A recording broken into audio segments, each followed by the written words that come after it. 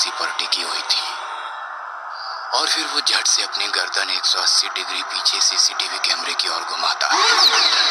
यह देखकर महिला कर्मचारी सहम जाती है और फोन का रिसीवर उठाकर कॉल लगाती है। उसकी आंखें सीसीटीवी स्क्रीन पर ही थी। सिक्योरिटी गार्ड पर हमला करके वो युवक सीसीटीवी कैमरे की तरफ देखते हुए वहीं जमीन पर गिर गया और उसके जिस्म से एक धुंधली काली परछाई निकलकर खुले दरवाजे से बाहर निकलते हुए उसने साफ साफ देखा, जिससे वो डरी सहमी महिला कर्मचारी अब अपनी खौफ भरी नजरों से हर एक सीसीटीवी फुटेज गौर से देखने लगी। फोन की लाइन बिजी होने के कारण उसने दोबारा फोन लगाया और उस सीसीटीवी कंट्रोल रूम के बाहर खाली वार्ड में लगी लाइट एकदम से बंद चालू होने लगी। साथ ही रूम के अंदर की लाइट भी बंद चालू होने लगी। सामने वाली स्क्रीन एकदम से बंद हो गई, पर अगले ही पल उस बड़ी सी स्क्रीन पर एक ही विंडो ओपन हो गई। वह फुटेज थी कंट्रोल रूम के बाहर लगे सीसीटीवी कैमरे की। लाइट बंद चालू होने की वजह से फुटेज धुंधली सी नजर आ रही थी। तभी वार्ड के दूसरे सिरे के कोने में कुछ अजीब हलचल होती दिखाई देने लगी। हेलो पुलिस स्टेशन, मैं कांस्टेबल मान है। हेलो हेलो, मैं सरकारी मेंटल अस्पताल से बोल रही हूँ।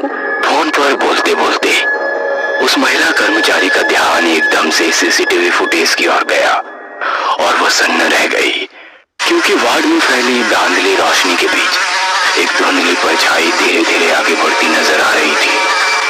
फोन की दूसरी तरफ से कांस्टेबल लगातार हेलो हेलो बोल रहा था, मगर वो महिला कर्मचारी इतनी डरी थी कि उसके मुंह से शब्द नहीं निकल रहे थे। अब वो काली परछाई उसी सीसीटीवी कंट्रोल रूम के बाहर कैमरे को देखते हुए दरवाजे के पास खड़ी हो गई। महिला कर्मचारी सीसीटीवी फुटेज देखते हुए दरवाजे की ओर देखने लगी।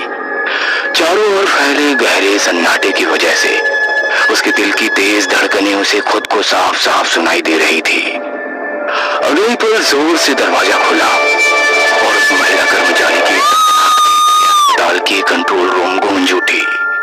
अगले दिन आसमान बरसाती बादलों से घिरा हुआ था। लगातार हो रही बारिश की वजह से सड़क पर काफी पानी जमा हो गया था। एक खूबसूरत डॉक्टर राधिका अपने स्कूटर से उतरी और अस्पताल के भीतर चलने लगी। डॉक्टर राधिका शहर की मशहूर साइकोलॉजिस्ट थी।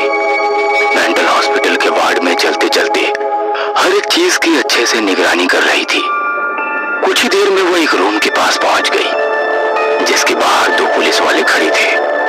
उसने अपना आईडी कार्ड दिखाया और रूम के अंदर चली गई, जहां 2 कर्मचारी तस्वीरें खींचकर जांच कर रहे थे।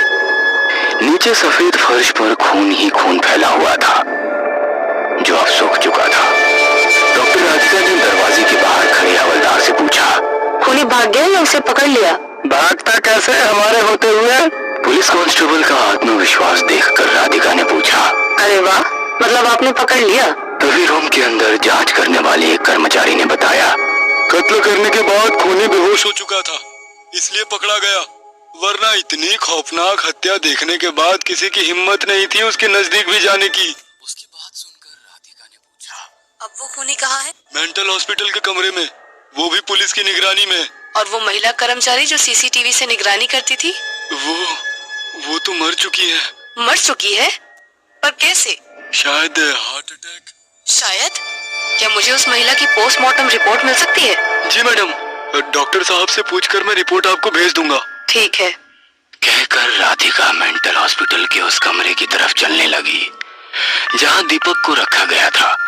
मेंटल हॉस्पिटल काफी डरावना लग रहा था। खाली वार्ड के दोनों तरफ मरीजों के कमरे, जिससे मरीजों के रोने, चीखने और हंसने की आवाजें आ रही थी। सामने से आने वाले कर्मचारी से पूछा, दीपक जिसने कल सिक्योरिटी गार्ड को मारा था? वो सामने वाले कमरे में मैडम। कहकर वो कर्मचारी आगे निकल गया। कुछ ही देर में वो एक कमरे के पास पहुंची। वो कमरा वार्ड के एक कोने में था। एकदम सुनसान, डरावना सा वो कमरा कुछ अजीब सा लग रहा था। बाहर एक पुलिस वाला खड़ा फोन पर बात कर रहा था। नजदीक जाते हुए राधिका ने दरवाजे पर लगी छोटी सी खिड़की से उसे अंदर झांक कर देखा, तो दीपक चुपचाप बेड पर बैठा था। कुछ डरा सहमा लग रहा था। इसकी पूरी जांच करनी पड़ेगी। उसका मेंटल चेकअप शुरू हो गया। पर वो हर सवाल का जवाब किसी नॉर्मल इंसान की तरह दे रहा था। तभी राधिका के परेशान चेहरे की ओर देखकर दीपक ने कहा, मुझे पता है आप असल में क्या पूछने आई हैं, या फिर किस चीज की जांच करने आई हैं। जांच? किस चीज की जांच? मौतों की जांच, और हर मौत में मेरी इन्वॉल्वमेंट। तो खून हो रहे हैं और उनका शक तुम पर है, इसकी जानकारी है तुम्हें? हाँ, सब जानते हैं कि गार्ड की मौत कैसे हुई, पर ये कोई नहीं जानता कि महिला कर्मचारी की मौत कैसे हुई। हार्ट अटैक से। वो पोस्टमार्टम रिपोर्ट में आएगा, पर उसने कुछ ऐसा देखा कि उसका दिल बर्दाश्त नहीं कर सका। ऐसा क्या देखा था उस महिला कर्मचारी ने? अपनी डरावनी मौत जो उसके आसपास कहीं थी, जिसे वो महसूस कर सकती थी पर ना देख सकती थी, ना उस मौत से बच सकती थी। तुम्हें उस मौत से डर नहीं लगता? हाँ लगता है, पर वो मुझे अब नहीं मारने वाली। वो इंतजार कर रही है। इंतजार? किस चीज का इंतजार? दीपक खामोश रहा। उसकी खामोशी देख राधिका ने पूछा, अब वो कहाँ है? एक गहरा सन्नाटा। राधिका का सवाल सुनते ही दीपक कुछ सेकंड राधिका की आंखों में आंखें डालकर देखता रहा और फिर राधिका के पीछे देखा।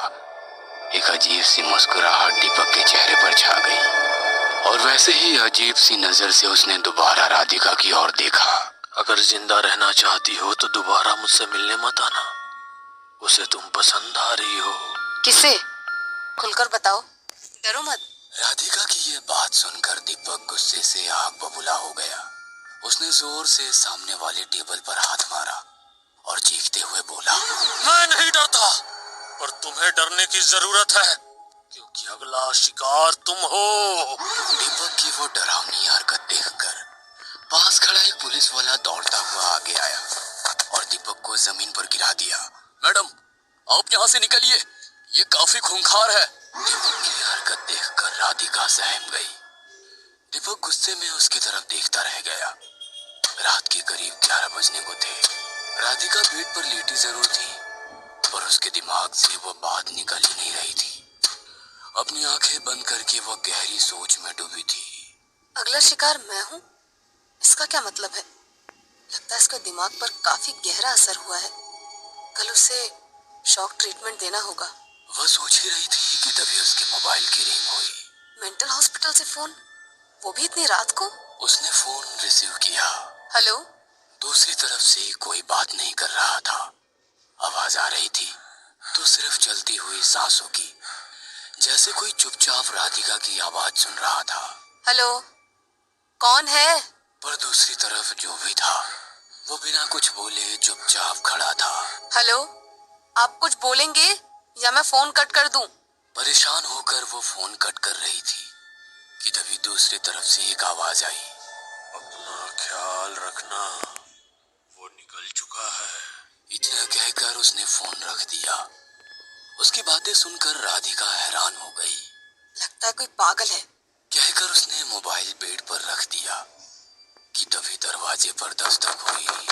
क्या मुसीबत है? इतनी रात को कौन आ गया? मोबाइल उठाकर वो अपने कमरे से बाहर निकली। घर का मुख्य दरवाजा खोलने के लिए वो दरवाजे की तरफ चलने लगी कि तभी कुछ ऐसा हुआ जिससे उसके कदम ही रुक गए।